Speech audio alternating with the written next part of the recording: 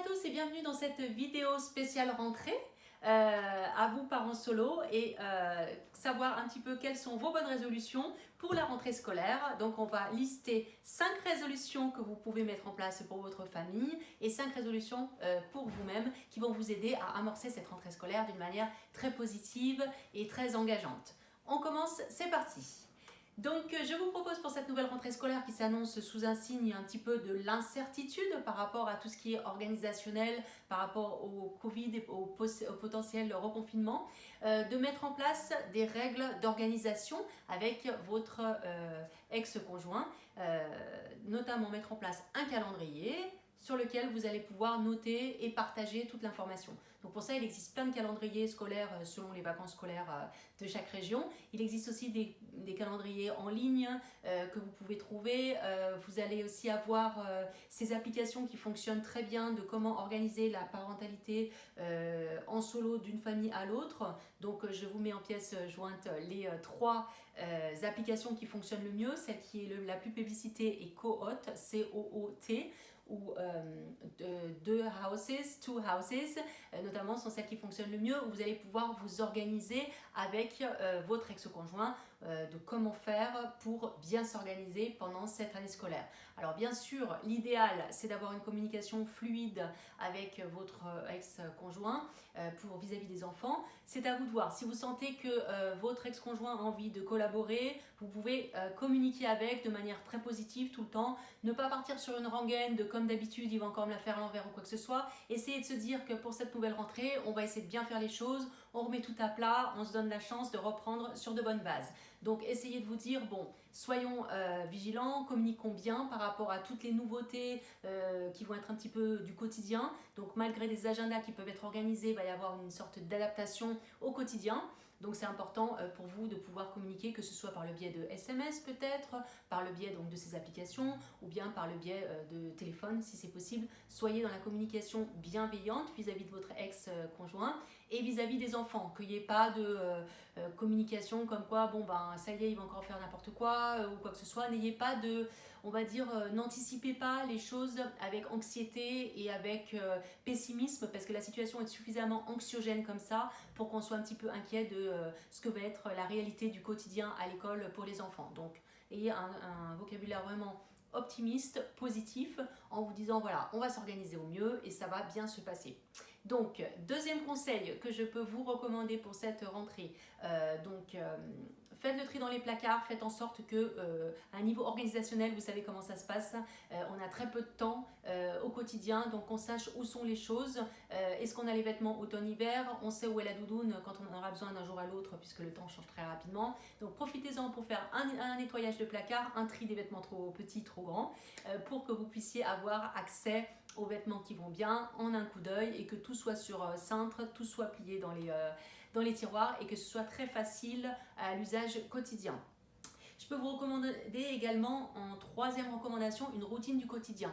Qu'est-ce qui fait qu'on gagne quelques minutes tous les matins avant d'aller au travail? Est-ce que c'est peut-être d'avoir préparé les vêtements, pliés la veille pour les enfants? Est-ce que c'est la nouvelle brosse à dents Oral-B qui est hyper performante et qui fait gagner du temps? Est-ce que c'est quelque chose qui va faire que en fait on s'organise beaucoup plus rapidement par rapport à une chose ou par rapport à une autre? Ça dépend aussi un petit peu de vos enfants. S'ils ont à cœur de vous aider dans la tâche, c'est plutôt bien. Donc veillez à les impliquer dans cette organisation, dans cette routine du quotidien.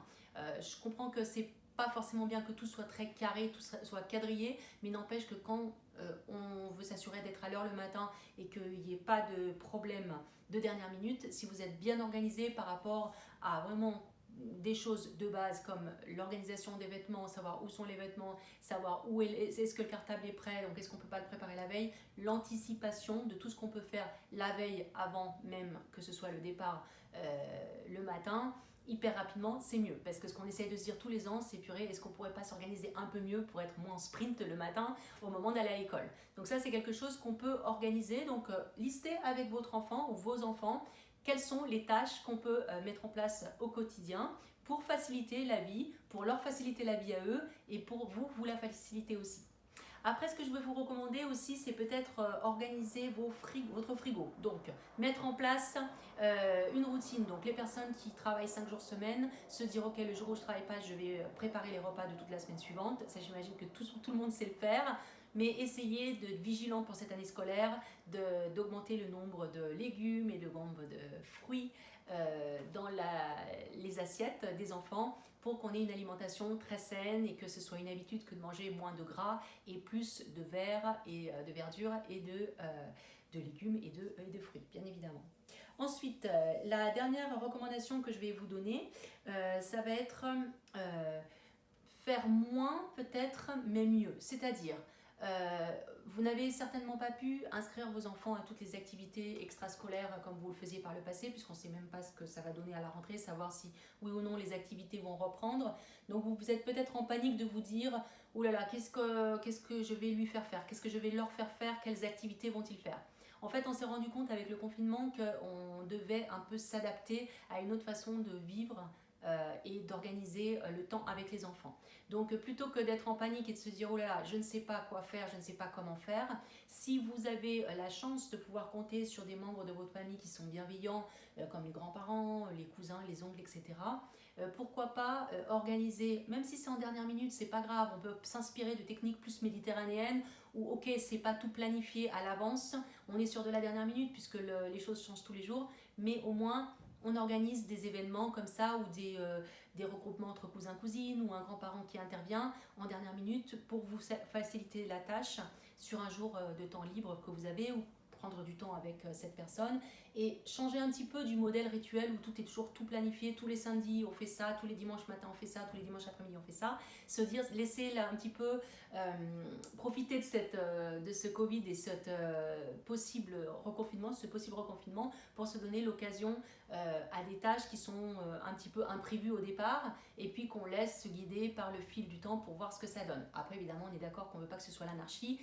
on veut quand même avoir quelque chose d'organisé, de savoir comment organiser les enfants, anticiper les besoins qu'ils peuvent avoir en fourniture si vous souhaitez organiser une activité à la maison ou quoi que ce soit, mais laisser un petit peu place à la créativité du dernière minute. Ce ne sera pas forcément parfait, mais au moins ce sera une manière de faire les choses un petit peu différemment et de casser un cadre un petit peu plus strict qu'on avait l'habitude d'avoir par le passé. Ça, c'est les recommandations que je vous donnerai pour la famille, sachant que là, au moment de la rentrée, il faut bien évidemment retourner chez le dermato, chez l'ophtalmo, chez l'orthophoniste, chez l'orthodontiste. Il y a plein de choses à faire en dernière minute. Donc déjà, dites-vous que si vous arrivez à mettre en place une organisation avec un calendrier, une bonne communication avec votre ex-conjoint sur comment faire les choses pour les faire au mieux dans le bénéfice de votre enfant, bien évidemment, c'est top. Si votre conjoint et votre ex-conjoint n'est pas aussi investi que vous, ne lui en tenez pas trop, ne le prenez pas en grippe forcément. Je sais par expérience qu'il y a certaines personnes qui sont moins à cheval sur l'organisation, mais qui par contre savent être plus aptes à faire d'autres choses. Veillez à pointer les qualités de votre ex-conjoint vis-à-vis de vos enfants, surtout pour qu'ils soient vraiment conscients que, ok, on va essayer de bien faire les choses. Au moins, on se donne la chance de commencer sur de bonnes bases, comme je vous disais tout à l'heure. Après, évidemment, il y aura des couacs, il y aura des choses qui ne seront pas faites comme vous aimez, il y aura des choses où vous dites, purée, ça pourrait être fait bien mieux, on pourrait faire les choses différemment. Oui, mais on essaye de composer avec ce qu'on a et puis de se dire, finalement, pourquoi pas, on fait de cette manière-là. C'est une occasion d'envisager la vie comme on ne l'avait pas prévu. Dans mon cas, moi je suis toute seule, il n'y a personne pour m'aider, ni grands-parents, ni parents, ni qui que ce soit, ni ex. Donc dans ces cas-là, j'essaye de faire au mieux, je m'organise toute seule, parce que toute seule au mieux. Et puis bien évidemment, il y a certaines soirées que j'adorerais passer plus avec mes enfants et que je ne peux pas parce que je suis retenue au travail jusqu'à 20h30. Dans ces cas-là, je leur délègue des choses à faire, je leur donne des activités à faire, j'essaye de suivre à distance si je peux. Encore une fois, on est parents solo, on essaye de faire au mieux, il n'y aura jamais de perfection, mais bon, tant qu'on veut travailler sur des axes d'amélioration, c'est top. Donc à vous maintenant, je pense que c'est super important pour vous, pour cette rentrée, d'être un petit peu égoïste et de penser à vous. Qu'est-ce que vous souhaitez faire pour vous-même? Je pense que c'est hyper important dans votre 5 bonnes résolutions que d'inclure un temps sine qua non pour vous pendant la semaine. pour aller vous faire les ongles si vous êtes une femme, pour aller au cinéma, pour prendre du temps avec des amis, pour prendre un verre avec cette copine que vous n'avez pas vue depuis il y a 2-3 mois. Je pense qu'une fois par semaine, au moins laisser une plage horaire de 2 heures, c'est top pour avoir un temps qui vous est dédié à vous et rien qu'à vous. Ça, c'est super important. Après, c'est pareil, faites le tri un petit peu dans votre placard. Regardez ce qui vous va, ce qui ne vous va pas. Vous avez peut-être évolué au cours de l'été, vous avez peut-être perdu du poids ou vous en avez peut-être pris. Qu'est-ce qui correspond à votre personnalité mieux ou moins bien? Si vous avez changé de travail ou que votre travail est amené à être différent parce que vous êtes plus à la maison, qu'est-ce qui vous correspond le mieux? Dans quels vêtements est-ce que vous vous sentez les mieux? Faites le tri dans votre placard, ça va vous aider aussi à voir un petit peu plus clair et surtout à reprendre cette année scolaire avec de nouvelles résolutions, de se dire bon allez, je fais le tri dans mes affaires et je mets les choses au clair et je pense à moi, savoir comment j'ai envie de me voir dans le miroir, comment j'ai envie que les enfants me voient, pensez à vous, c'est très important. Ensuite, je pense que c'est très important quand on est parent solo et qu'on a l'habitude de beaucoup faire et de beaucoup se sacrifier et de beaucoup dédier du temps aux enfants, que de faire une activité sportive. Parce qu'en fait, on dépense beaucoup d'énergie, on s'investit énormément au niveau du temps et on a besoin, et de l'énergie, et on a besoin de se ressourcer à un moment donné. C'est fondamental pour ne pas perdre de la vitesse et pas commencer avec l'année scolaire avec beaucoup d'idées et puis finalement au mois de novembre d'être à bout de souffle. Donc n'oublions pas que le travail de parent solo c'est un travail de longue haleine, c'est un vrai travail de marathonien, il faut être très discipliné pour arriver à tenir dans la longueur. C'est faisable et ce qui va pouvoir vraiment vous aider c'est d'incorporer à votre rythme de vie une activité sportive. Alors chacun son activité, il faut vraiment que ce soit une activité qui vous plaît pour que vous puissiez la maintenir dans le temps. Si ça vous plaît rien qu'à moitié et que vous le faites à la force, vous allez forcément vous décourager. Une activité sportive, ça peut être aussi beaucoup marcher. Certaines personnes passent 2-3 km à aller venir au travail dans les villes, ou alors vous caler 1 heure de natation dans la semaine, ou alors faire quelque chose vraiment que vous savez qui va vous redonner de l'énergie. Ça, c'est super important de le mettre en place et de vous y tenir avec un petit tableau de bord. Pas pour augmenter votre performance toutes les semaines nécessairement, mais pour faire un suivi de ce que vous avez fait et pas fait. Si vous avez les moyens de vous payer un coach sportif, c'est top, c'est le moment de le faire. Il va pouvoir suivre vos performances et vous motiver. Après, si vous n'avez pas de coach sportif, comme c'est mon cas à moi, vous vous casez dans la semaine 1 heure où vous allez faire une activité sportive qui, même si vous ne le voyez pas sur le moment et que vous pensez, oh là là, ça va être galère. Dans mon cas, moi, c'est la natation parce que je suis nageuse depuis tout le temps. C'est galère parce qu'on a les cheveux mouillés, il fait froid dehors, on a peur de se prendre une otite, il faut penser aux sèche-cheveux, etc. Il n'y en a pas forcément dans les piscines. Mais il faut quand même faire l'effort de se dire on va prendre une routine de vie qui va nous permettre d'avoir une activité sportive qui va nous permettre de tenir dans la durée. Donc ça, c'est très important. Pensez bien à vous par rapport à ça. Qu'est-ce que j'avais pensé sinon pour vous? Mettez-vous en place un objectif professionnel, un seul, un petit objectif. Si c'est prendre la parole plus spontanément, ou si c'est par exemple savoir dire non quand on vous demande de réaliser trop de tâches les unes après les autres. Mettez-vous un objectif, un seul objectif professionnellement pour arriver à aller de l'avant par rapport à ce qu'est votre projet professionnel. N'attendez pas que ce soit votre supérieur hiérarchique qui revienne vers vous systématiquement ou n'attendez pas l'évaluation annuelle. Soyez-vous votre propre juge et dites-vous là il faut que je m'améliore, j'ai un axe d'amélioration, ce serait bien que j'y travaille. Et prenez note, pareil, toutes les semaines prenez note de comment va votre petit axe d'amélioration sur lequel vous voulez travailler. Et puis enfin, prenez du temps pour votre famille aussi, prenez 2 heures par semaine pour pouvoir échanger avec vos amis, vos parents, si vous en avez des frères et sœurs. Ne mettez pas de côté votre vie d'adulte au profit des enfants systématiquement, parce que ça c'est pareil aussi, que vos enfants soient petits ou plus ados, on a besoin en tant qu'adulte d'être connecté avec des adultes à un moment donné, parce que sinon c'est trop mouliné dans les turbines autour des enfants. Nos enfants nous voient alors plus stressés et ils ne nous voient pas assez épanouis, donc c'est hyper important. Comment trouver la solution pour ça? C'est simplement prendre un peu de temps avec sa famille et ses proches, même si c'est seulement quelques heures, quelques appels téléphoniques, mais ne pas le négliger, même si ça doit être au détriment un petit peu d'un moment supplémentaire qu'on aurait pu passer avec l'un de nos enfants, puisque bon, certains de nous avons 1, 2, 3 ou 4 enfants ou plus. Dans mon cas, j'en ai 3 et c'est vrai que c'est 3 âges différents. On a toujours tendance à culpabiliser, de se dire je pourrais passer plus de temps avec, je pourrais faire ci, je pourrais faire ça.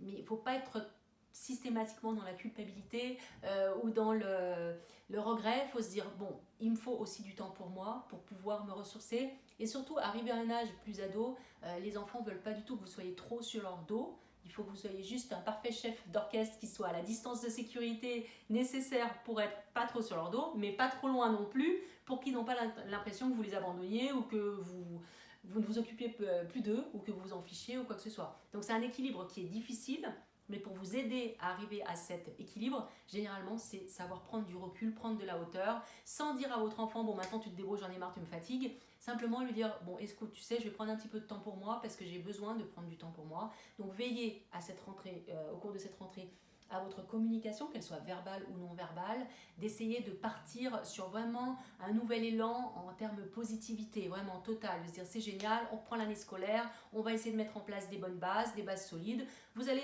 peut-être, certainement, avoir des ados réfractaires, oui mais, oui mais, oui mais. N'écoutez pas trop les oui mais et les négativités, les négations, etc.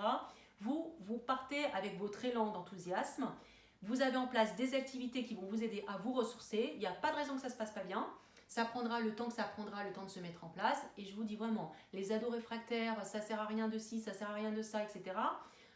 Écoutez, mais ne jugez pas pour l'instant, ça va venir, c'est un rythme à reprendre que la rentrée scolaire, c'est facile pour personne, on essaye de se remettre en route tout doucement, et puis dites-vous bien qu'il n'y a pas de réussite facile, ni d'échec définitif. Donc ça, c'est Marcel Proust qui le dit, et moi je le pense aussi. C'est-à-dire que c'est pas facile que de mettre en place des choses qui fonctionnent, mais dites-vous bien que si ça fonctionne pas tout de suite, c'est pas grave du tout et c'est normal, c'est difficile, c'est toujours laborieux, on a toujours cette sensation de se dire est-ce que ça sert à quelque chose que je fais ou pas. Donc si vous avez des questions par rapport à ça, si vous souhaitez mes recommandations par rapport à des choses qui marchent ou qui marchent moins bien, j'ai un recul suffisant pour peut-être pour pouvoir vous aiguiller. N'hésitez pas, posez-moi des questions dans cette rubrique qui est en dessous et je vous répondrai bien volontiers. Et j'aimerais savoir quelles sont vos résolutions à vous pour la nouvelle rentrée 2020-2021. N'hésitez pas à partager, abonnez-vous à la chaîne si vous le souhaitez. Activez la petite cloche également. Et puis, je vous souhaite une excellente rentrée, donc sous le signe de la positivité, de l'organisation et de la zen attitude pour pouvoir faire face à toutes ces nouveautés qui nous attendent. Je vous souhaite une très bonne journée et je vous dis à très bientôt.